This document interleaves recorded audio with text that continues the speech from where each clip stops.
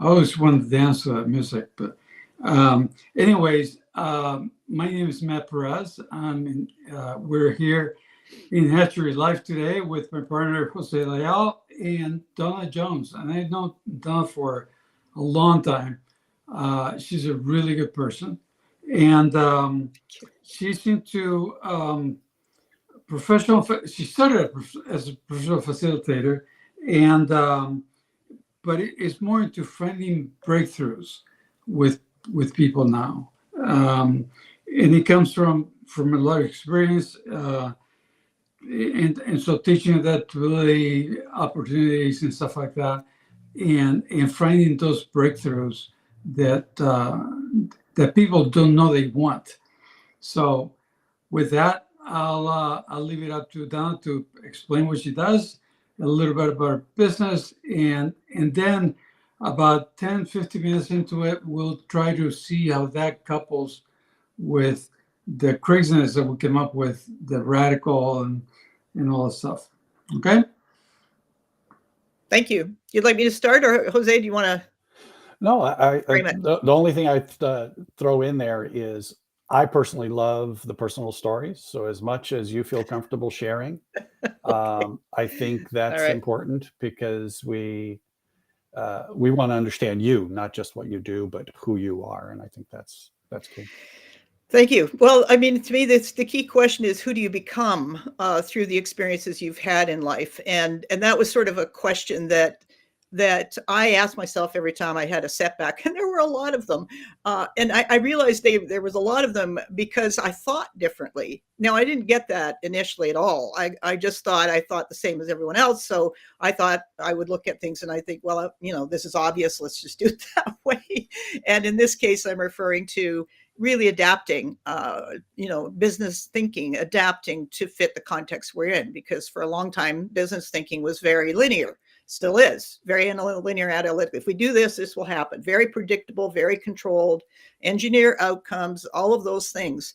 And so in my facilitation work, which cut across all these different sectors, you could really see where that wasn't working at a cultural business culture point of view, because they were forcing outcomes that obviously didn't fit the humanity of the situation, nor the longevity of the situation. Is this going to last, or is it going to just be a temporary Band-Aid fix because it's easy and all of that, and it makes, we could do a photo op out of it, for example. So my experience then as a facilitator was, I equate it to being like in a learning lab. You're just in a lab with every team. I was in construction, policy, public consultation, strategy, a variety of different kinds. I did a lot of interactive games in the work I did. And you just watch, there's two parts of you. There's self as witness. There's, what's going on in me, because if I can't handle that, then I can't adapt to the situation I'm in. Nor can I help the people, the group itself as it's moving through something, because I could be the problem. So I have to, observe myself all the time and see, there's a little bit of a toggle switch between my observing and also being in the dynamic and working with it. So I came to see, long story short, this kind of work as basically being about energy and how we use it. Conflict could be used for separation, for force, for desperation. Equally, it could be used for beautiful creative purposes, if we were aware of that and made a more intentional choice. So the longer, the segue then is how do you, like in my case, what I did was put a lot of programs together that I thought would be logical for personal growth, business growth, because it's personal growth for business, essentially. It's fractal. What we do at the personal level applies at the organizational and team level. It's just different scale, essentially. And there was just like crickets. There was nothing going on. So that's when I started the podcasting in 2008. And I will share that I became homeless in 2009. And when I hit the road, it was for 9 years. I wrote Decision Making for Dummies on the road. I wrote, a couple of contributions to 3 different books: The Intelligence of the Cosmos with systems theorist Ervin Laszlo, a chapter in From Hierarchy to High Performance with the Great Work Cultures team, and then another chapter in another book. And I blogged, And the reason why I did that is having had experience with dark emotions, and as a deep thinker and a sensitive individual, I learned how sensitive later. But when you don't know that, you just know you have to do something other than get depressed. And so biologically, expression is the antidote for depression.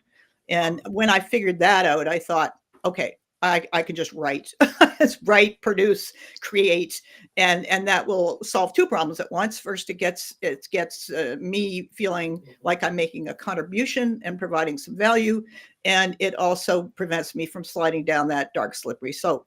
So today, what the work is about about that core level of emotional health. How do we stay well emotionally when faced with really complex, challenging conditions without running back to the comfort zone where we can stagnate, where, it's easy to be stagnant. Stability equals stagnation sometimes. It isn't always the comfort zone. It's sometimes just flat stagnation. And how do we actually work with the conditions that we've got to become more fulfilled, live a fulfilling life and contribute a very high level of value to what happens next in our future? So that's kind of it in a nutshell. Does that give an overview? How do you feel about that? Yeah. So you learn from your experience, bad as it was, and you managed to get out of it, and that's more than amazing. That's reminds me of the story about J.K. Rowling's she wrote these books and all that stuff. That she was also homeless and living off the charity and stuff like that, and but she turned it around, and you turned it around. That's more than any of us experience, and that's commendable. And so one thing that you mentioned, we were talking before, was that taught you how to observe carefully, not only you, but the dynamics of what's going on. And then you teach that adaptability to people. How does that work? Well, I mean, it's interesting because my facilitation skills, unknown to me, were actually, it's like a training ground for more personal navigational skills. I mean, personal, but I could only take a group as far as I could take myself. So if I ran into a conflict in the group, I had to be able to step back from that conflict and not get pulled in. I had to be able to detach and observe in order to support moving through it, moving through the fear, moving through the tension, moving through the positional stances that people had, finding ways to unlock that so there could be more compassion and more understanding, and then we could really get somewhere. So that basic toolkit was a fundamental starting kit, and then what got added to it in the course of the setbacks, and I mean, my operational thing in the middle of a setback would be, okay, this is not fun, not having a good time here, and I'm responsible for that. I just have to figure out how and what I did. I mean, I full responsibility for it. And how do I move through it? Because if I can successfully move through this, then this can serve someone else. So if there's not some higher purpose to what I'm experiencing or anybody else is experiencing, if there's not some value that could be gleaned from it, then it's a lot easier to slide down the dark slope into the darkness. And so, essentially the work today is about, let's just use the skills we have. We're busy deferring to AI for our thinking and deferring to a lot of other places for it, but we cannot defer the feelings. We cannot defer the emotional health. We cannot defer the need to actually work directly with how we're feeling. That's what sets us apart. I mean, we're complex beings. That's the reality. So working with our emotions more directly is the way to forge ahead from my point of view and be very adaptable. Obviously, emotional and mental health are deeply entangled, but emotional health from an evolutionary perspective is what keeps you, what keeps you alive. It's a servant to your intuition. And if you can't hear that, then you really don't have the survival instincts you need. So that's essentially how I see it now. So what I'm about to be sharing in the new year is very much around how do you coach yourself through these things? How do you work?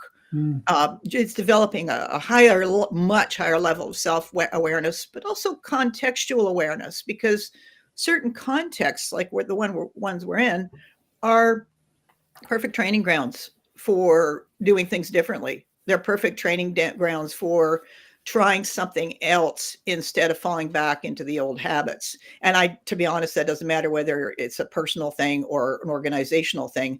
Organizations have deep ruts in their systemic habits, and the invitation is the same for them. It's a harder one to respond to because it takes a much higher level of individual and collective leadership. Yeah. But it is essentially the same thing. So if it goes back to what Jose and I talked about in an episode we did, it's about using fear not to pull back on innovation, not to be, run backwards from any bold moves, but to use fear as the powerful energy it is to move through it. Yeah. Yeah. A long time ago, I learned to listen to the little voice in my head okay, I won't do that. I will do something else. And right now, I have cancer. As I'm speaking to you, I have cancer. And I just told this guy that I was talking to, and he started, he wanted me to cry. I don't know what he wanted, but he wanted me to cry and be, oh, keep your hopes up. And I go, I don't need hopes. I'm alive. I'm going to be alive. And the worst that can happen is I can die. Big deal. So yeah, no, I understand some of what you're going through. So tell us about what you're going to do about coaching yourself and well, I mean, I think what you just did in saying that, Matt, is an important aspect of it, because I've seen people who have had their life's I called it life's interruptions. Life, it was all smoothing along and running along in routine, and then bam, something happens, whether it's a pandemic or cancer in your case, which I'm obviously not happy to hear about that. But either way, it's do I accept the reality I'm being faced with, or do I fight with it? And a lot of people invested much time in fighting with it. It was, well, we just need to get back to normal. We just need to run back to the familiar. We just need to do anything but work with it. And I think we have to work with it. We have, in order to move through it with any kind of integrity, with any kind of self-actualization, leadership aspirations, with any kind of goals in mind, we've got to move through it. We've got to accept it for what it is, and then you can work with it. So you've just beautifully given a wonderful example of how to accept it and then work with it. Yeah, and in the meantime, I finished the third book, and life goes on until it stops, and then it goes on for other people. So I'm not particularly broken up or anything. It's more of, like you said, it's the bam happened, and just accept it for what it is. We're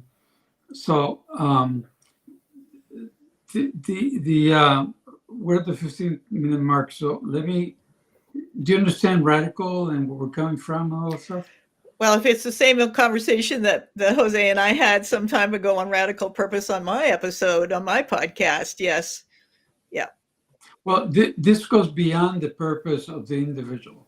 Right. This applies to organizations, which is made up of individual, and it's really an alternative to the current system. And the current system is what we call the fiat system, which is based on fear.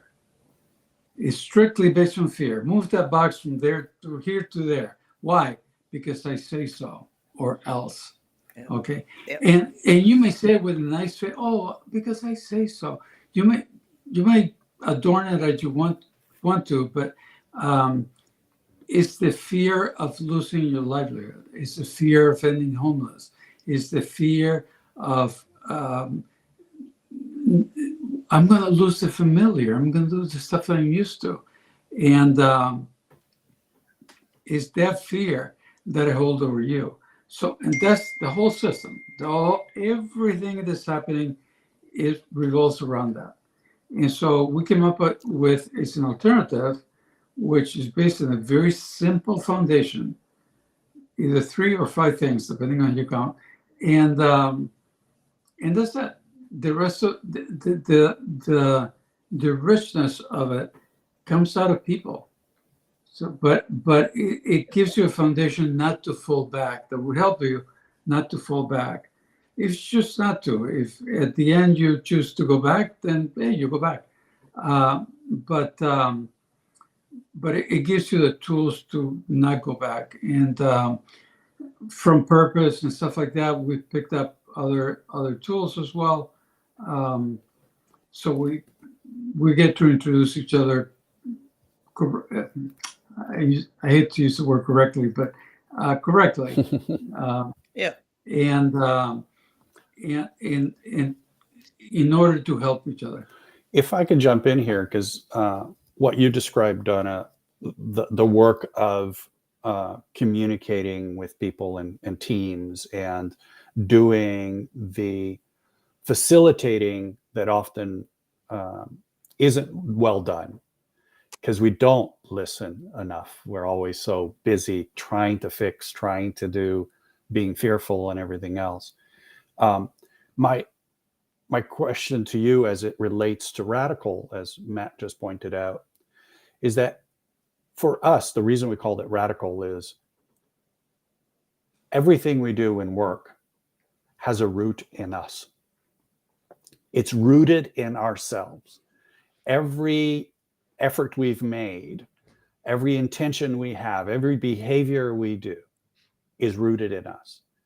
And so the question that I have for you is, in your work of facilitation, how do you see that manifest itself in both the positive and the negative conflicts, behaviors, actions, outcomes that with the teams that you work with?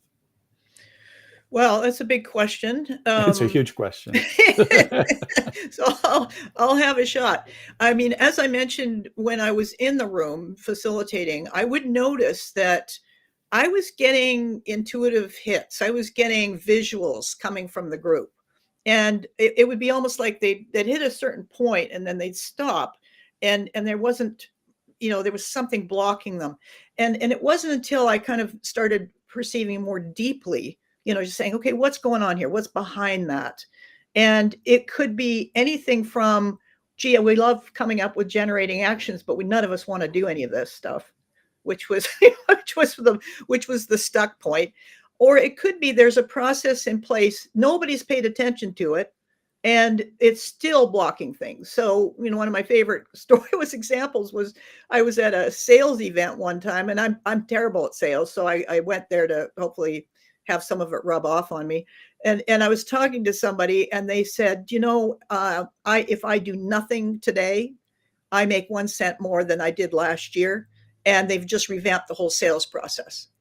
So this is where these underlying processes just run the show, and no one's paying attention because they are in love with the process and not with the results, not with paying attention to what it's doing. So, I mean, you had a group of salespeople are just saying, hey, I can see what this is doing. I'm out of here. I don't need to be a part of this. And so that's the one part of it was, paying attention. It's a universal principle. It's been around since, before certainly our the modern, long before modern times. It is a universal archetypal principle. Pay attention to what has heart and meaning. And when I started working with those universal principles, then I began to see patterns in a whole new light, because it gave me a way to understand we've got these processes that are driving certain outcomes, but they're not outcomes that are A, going to last, or B, they don't have the support of the people who they're going to be impacting. Worse, they're going to harm the people that are, being impacted. And so when all it takes is one anchor principle like that, and you all of a sudden, or at least I began to see, there's some interesting patterns here. So pattern spotting, which is a flow state outcome as well. I didn't realize that then, but I've since learned that. But it's very handy for seeing what are the things that these processes are generating that nobody's paying any attention to. They're just letting them run on autopilot because they're you set them up, you put them in place, and then you forget about them. And it's kind of like when you're first learning how to drive, you're very intentional and conscious about, yes, I do this, and I turn, and all those things. And then after you've driven for a while, you forget the whole thing. And sometimes you even forget how you got to a destination if you've been doing it over and over again. Your subconscious does the driving for you. Exactly. And you just hit on what Matt was just referring to very clearly.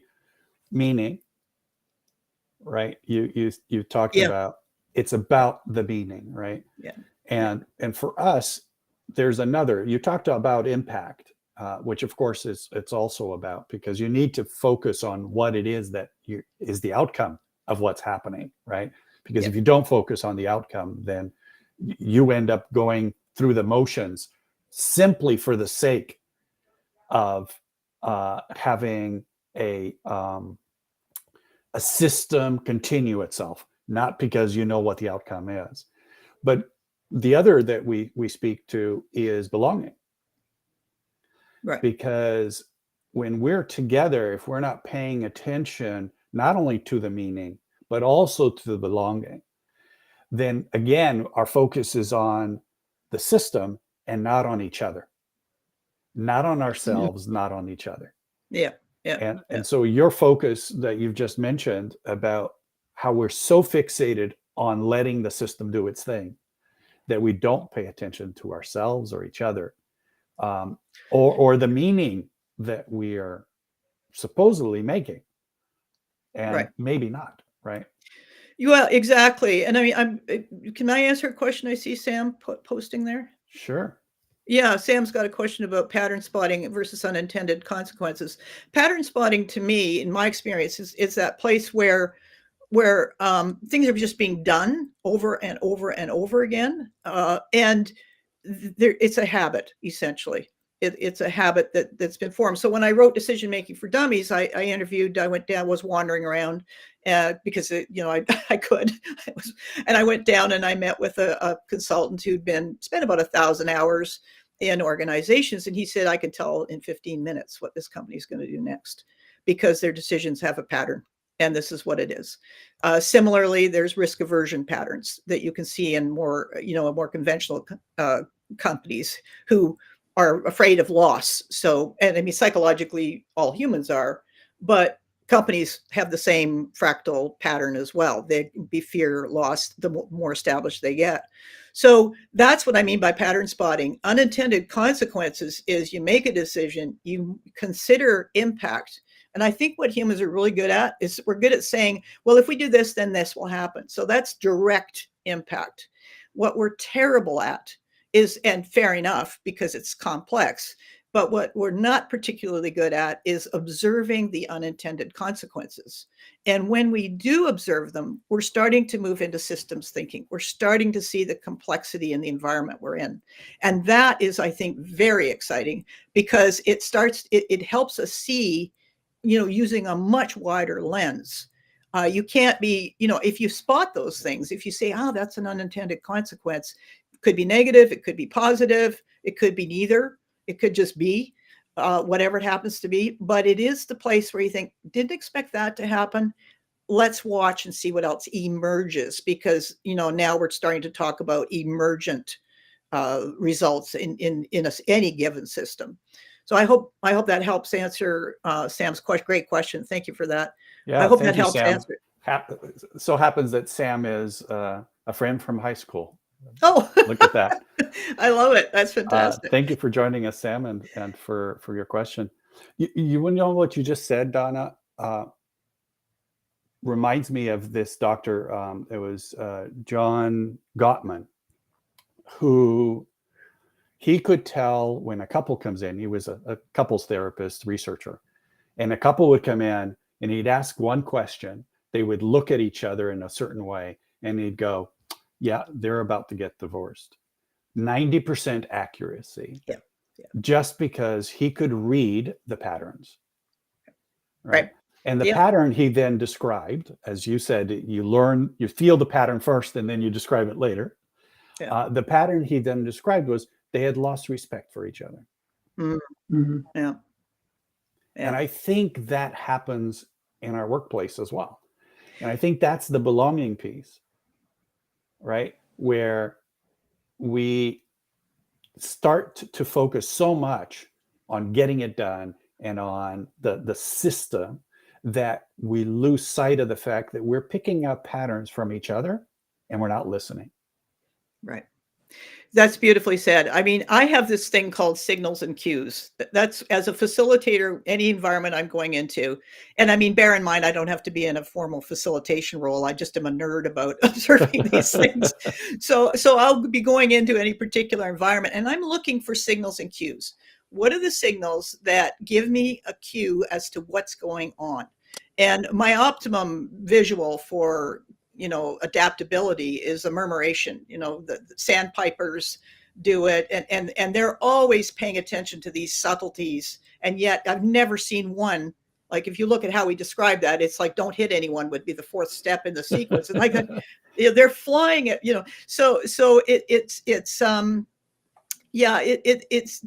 the signals and cues that you're picking, and that's a very sensory intelligence. It's not an intelligence that comes from mentally running through data sets or anything like that. This is what humans can do that tech will never be able to do, because we're still figuring out how to just drive like a human. So, we've got a long way to go to duplicate that level of sophistication in being able to perceive reality and make sense out of it pretty much simultaneously. So, he's picking up, knowing it or not, he's picking up on the cues, that the signals and cues that tell him exactly what loss of respect looks like in a relationship. And he's seen it so many times, and it's a strong pattern. It's not a lightweight one. Right. He knows exactly what's going to happen next. So that's yeah. And that's obviously a pattern that we see in the workplace and in teams and groups. Yeah. Yeah, exactly. Yeah. So if I can jump in, what's next for you? What's the future? What, I know it's not in the moment, but what is coming for you? Thanks, Matt, for asking. Well, I mean, I had another setback in January of last year where I had a brain bleed, and I came out of that. I'm still alive, so that's great. And that's when I came out with a much higher level of sensitivity, which is good news, bad news. Good news is it's a lot easier to do certain things. The bad news is it's a lot harder to manage life, as you just have more work to do. But the next step then, what that means is I'm doing a lot more online work, some in person, but I'll do more online work. And I'm, launching, as I say, I'll launch this program. Ultimately, it'll be called Adaptive Minds, but the beginner part of it, the emotional health mastery section of it, which is basically relevant to anybody who is ready to admit they have emotions and want to be responsible for them. That's the next step. Let's start, because if you look at the thinking skills as complexity increases, these are they. Dave Snowden's Kinefin model on the 4 quadrants. There's one word in each of the 4 quadrants that describes the different context, and that word is sensing. And we're not using that. I mean, those of us that have done that are doing it, but most people are just trying to get through with their mind. And there's this whole other dimension of something. We don't talk about that because, that's soft skills. Well, typically it's soft skills because they're hard to master. So if you, it's a great way of saying, I don't want to do that. That looks hard. But it is time for the hard stuff. It is time for really learning how to work with what we're really good at as humans, because the tech will look after the rest. Yeah, we're one of the things in our foundations is decentralization and transparency, and that sounds like transparency to me. Yeah. And transparency not only I got this much money in the bank, but transparency also of what I'm feeling. You did this and you did that, and I interpret it this way, and I'm feeling bad because whatever. That's important to know. I mean, organizations are made up of people. That's the bottom line. And in the end, organizations cannot be better than people. So they're very good at being worse than people, but they can be better. They cannot. It's a great way of putting it. I'm mindful of the team IQ, where you put a whole bunch of people in the room and the team IQ goes down versus put a bunch of people in the room and the team IQ goes up. So it's really, how do we become better at working with diversity? I think one of the things that happened, that when I realized it later, I thought, oh my gosh, all this conflict resolution stuff means that they weren't utilizing conflict to deal with difference at all. They were trying to get, generally these practices, and I took mediation and understood it and said, I don't want to do that. I want to work with people when they're still wanting to be in the room, and we can still have conversations and arrive at a level of understanding. So I think that's the other part of it. We're moving from conflict resolution into conflict utilization. How do we use this so that we can work with these phenomenal diverse perspectives and really make things better, not only for team thinking, because you need to have that, otherwise you've just got group think going on, and or at an organizational level where we've got certain things that need to be absolutely routine and stable, and then other things that need to leap off the innovative edge, the company will die. So I think there's an opportunity to really use the diversity of perspectives and thinking that we have in the room, in the organization, in society, to do much better things than we're currently doing. Great. I was just going to say, Matt, if you don't mind, I have one more question, or were you going to wrap it up? I was going to announce next week's guest. Go ahead. Because I think, Dawna, there's another thing that I'd like to say that I know you're involved in a big way. And we had a little bit of a back and forth on LinkedIn last week about this, or maybe even this week, I can't recall, about the work of the future of work and the groups that are out there working on this, and the idea of starting to work together in a more powerful way.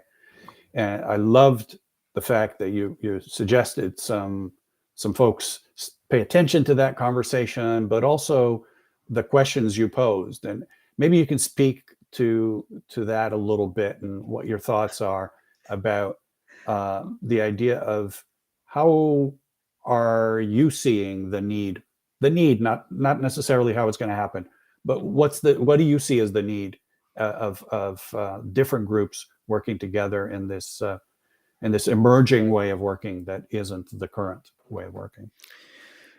If I can, reframe it in terms of we're often, especially on LinkedIn, there's all this competitive stuff. You see a lot of competition, and you see it in the mindset of business as well.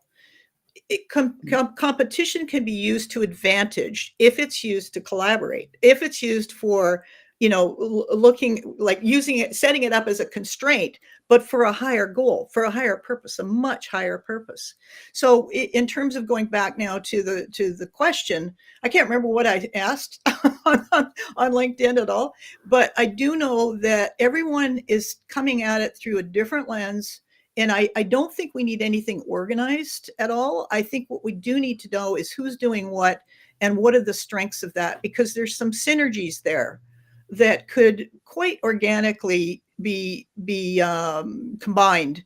And again, as soon as you formalize anything, it usually sends these networks underground. They just go down. That's not the goal. Mm-hmm. The goal is not to formalize, in my mind. It's more a matter of, it's a very loose, informal, here's what we're working on, here's what value it has, here's how it contributes, and that kind of an approach, so that, in certain environments, you can say, gosh, this is the perfect place for this. This is the perfect place, time, and stage for that kind of thinking to come in, because this is what's needed here at the moment.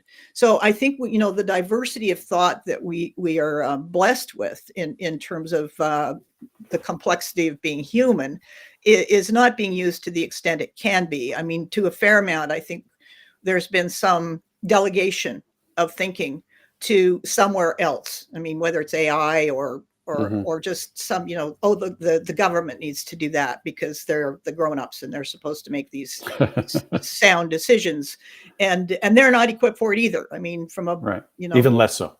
Less so, yeah. From a bifurcation level, they don't have the thinking. The institutions are extremely old, and so there needs to be an upgrade there. So I think the change in the leadership and how leaders take about is not going to be one. It's not going to be the spider with the head. It's much more of a starfish. That metaphor was in a book a long time ago, and I loved it. But it's more of a starfish, decentralized and distributed frame, distributed mechanism or distributed organism is the right word I'm looking for. Yeah, and just to bring you to that moment, it was a conversation between Stelio and Niels about how do we start talking to each other and how do we start working with one another, and I think the fact that you jumped in, I appreciated that. That was good. It's nice to have another voice that agrees with what you just said, and I think that's important. Thank you. So the reason, the thing I would invite you to keep in mind is that we're like fish in water, and we live in a system today. So and it's so encompassing that it's like talking water to fish. They go, what water? What water? This is normal, and to solve the big problems, the climate change, the misogyny, all that stuff, we need to get out of the system and do something else.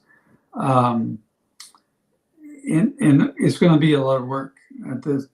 The first thing that we say in the book is in the various books is not only self-management, which is, I think, organizations,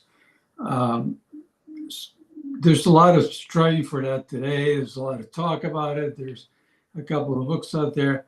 But that's like the first tiny step. And the big step is going to be co-ownership, and I found a video of Steve Jobs, and Steve was talking about it early. He was like 26 or something. Kid. And he was talking about, you don't know things until you taste them, until they become part of you. And you don't know ownership until you own something. And I'm thinking, well, if it's that good for you, wouldn't it be good for everybody else? And that's the step nobody wants to take. Not that nobody wants to take, is that the system does not allow for us to think that way. Right. But that's where a lot of the solutions stand, because in the end, I think the difference between individuals and communities for humans, for us people, is the community is everything.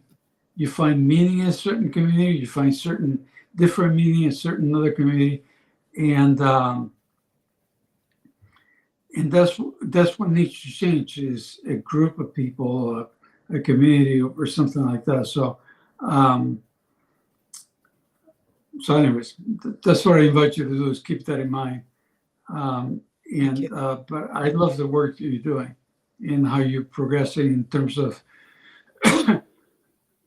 using conflict to get to collaboration.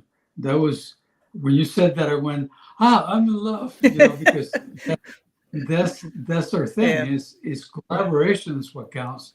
How do you get to it? And if you have somebody that knows how to use conflict to get to collaboration, that's very valuable, very, very valuable. So I thank you for that. Thank you. I really appreciate hearing that, because to me it's so fundamental. It's the difference between thinking we know everything there is to know, which is a common practice. Like I already know that, all right, to learning. It's just that simple. I mean, we just need to be able to learn from everything that happens. It's just not that complicated. But in order to do that, instead of having fear about what I might learn, curiosity, Stephen Kotler once said that curiosity, if I remember correctly, curiosity and fear are on the same vibration. So it's like the flip side. So, instead of, being fearful, it would be asking a question. Let me understand this. Instead of coming back with this reaction that positions people over there, they're left, they're Dems, there's a language in the States that I'm Canadian, for those of you who are not aware, but I mean, there's a language in the States that I still don't understand, but it's got to do with all of that, labeling and putting people over in the corner. And, how do you have conversations when you're doing that as a practice? So, I think that that curiosity is, and just the willingness and openness to learn is so central to our evolution. But that thing that you mentioned about putting people in corners, okay? I call it the edge, but it's the same thing. That's part of the system. That to have wealthy people, and I mean extremely wealthy people, you need the poor. You have to extract that wealth from somewhere. And if you extract it from those people over there, they're the poorest now. They're poor because I'm pulling it all up. So it's systemic, and we have to attack it as a systemic kind of a system. So, but systems also respond to disruption. I mean, that's why I was so okay. Probably shouldn't say this too loudly, but I was pretty excited when the pandemic hit, because I thought, okay, pattern interrupt. Now we can do cool stuff. We've got an opening, and everyone went out and bought toilet paper, and that was not what I had in mind. I had some other vision in mind. So I mean, these patterns, these interruptions. It doesn't matter whether it's a earthquake or the Earth system. This is how nature innovates as well. It's to create forest fires. Always traditionally were to reset the environment for new growth. And so it's really, I think, fundamentally simple in a certain. I'm not to oversimplify it, but to understand the simplicity of complexity. Right. So, Sam's got a question here. Can I? Yeah, go ahead. So, Sam, I see you've noted the key to productive organizational conflict is psychological safety. I think that's an interesting one, because what people have done is you got to be safe, or before you can't say, there's a certain tension around safety, which is silly, because in order to be safe, you have to take risks. You have to be willing to put your foot forward. And I think growth requires some acceptance of risk. I'm going to have to risk certain things if I'm going to grow. Now, if you want to stay stagnant, then of course, stay safe. So I think there's a number of layers that this can happen. And I appreciate the academic research on psychological safety and all the work that's been done, Amy Edmondson and others, on psychological safety. But I've also noticed when I'm facilitating, I used to put up ground rules, and there was always somebody, especially in public contexts, who would just completely ignore them. And you think, okay, well, that's not, that was nice. It was, maybe somebody held self-discipline for 40 minutes, and then all of a sudden they lost it. And so I think it's got more to do with accepting responsibility for keeping others safe. I think that's what psychological safety is to me, as someone who's worked with a lot of high-end conflict in public and organizational settings. It's just saying, I want you to step out of your comfort zone. I want you to think big. I want you to step boldly, lead boldly, and I got your back. It's that sense of belonging. I think, Jose, you mentioned it earlier. Exactly. I was going to jump right back up to that. It's just saying, we've got your back. Yeah. I think Kim, right, Dawna? No, maybe not. But Kim is someone that we've worked in the past. She's done things like conscious contracts and so forth. And one of the things that I love about what she's done in her community is she says, what I realized early on when I went out and spoke to people about doing the things in our community of integrative law, I didn't teach them anything. I simply gave them the permission to do what they already wanted to do. Right. And I think that's true in this space of belonging. People already want to help each other. People already want to, be themselves and do the things they want to do. It's just that we don't give each other permission for it. Yeah. We don't back each other up. We don't support each other through that process. And so I thank you for your answer to Sam, because I think that's one of the best answers I've heard that feels right to me. So we've blown psychological safety out of context. It's something that emerges between us, and we have to support each other through it. And it's not about putting padding all over the place to make everybody feel safe. It's about being there for each other. And that's a very different thing. It's trust. Fundamentally, it's trust. I trust you're going to have my back. I trust that if we hit a challenging point, we may get it wrong, but we're going to, we're going to work that through. We're going to move through it. Somebody, this was on a personal level, somebody said to me, well, I have a different perspective. And I said, good, let's get in the room and talk about it. And they didn't want to go in because they were playing the battle of perspectives. It was my perspective is winnings over yours. That's pointless.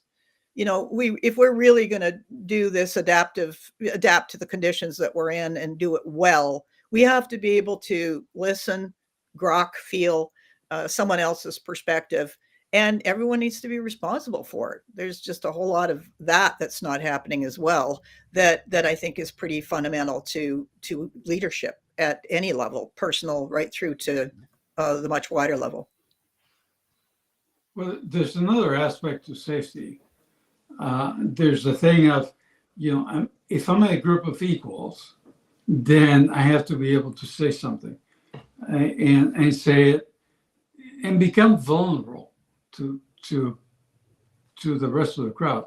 And you guys have done a great job of that, but there's also a safety of saying the wrong thing in front of the boss. Yeah, well, you've got the wrong boss then. because there's consequences to that. Yeah. And when people, maybe it's my reading, but a lot of the things that I read about psychological safety has to do with, I'm in the room with the boss and he's got a thing in his nose, and I can't tell that he's got a thing in his nose because he even fired me. So there's that kind of safety as well, which taking responsibility, if all you want, it's not going to solve it.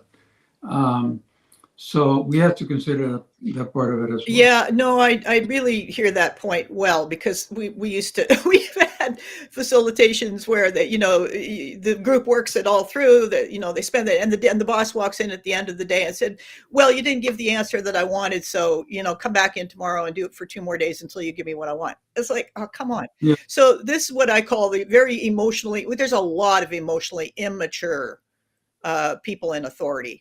And I don't know how they got there, but obviously they were promoted. But so that says something in its own. But when they're there, the onus is to become more responsible from an emotional standpoint. Otherwise, you can't do anything like that. You can't have those conversations that could expose opportunities for growth instead of shrinking it down and trying to stay restricted to or rigid with what's happened already, with what's happened in the past. So yeah, I've heard that before in my work as well. Don't let the boss comes in the room. So I just started using processes that were flat from a power base point of view. It didn't matter who you were, you could participate. And if you didn't agree to that, well, then we didn't do the work I never had that happen. But it had to be there had to be a strong commitment to leveling out the power structure so that people could have power, sharing it in that sense. Well, yeah, I'm sure you had experience with this also. It's not just flat in terms of vice president of this and vice president of that and vice president of the other, because these guys are competing.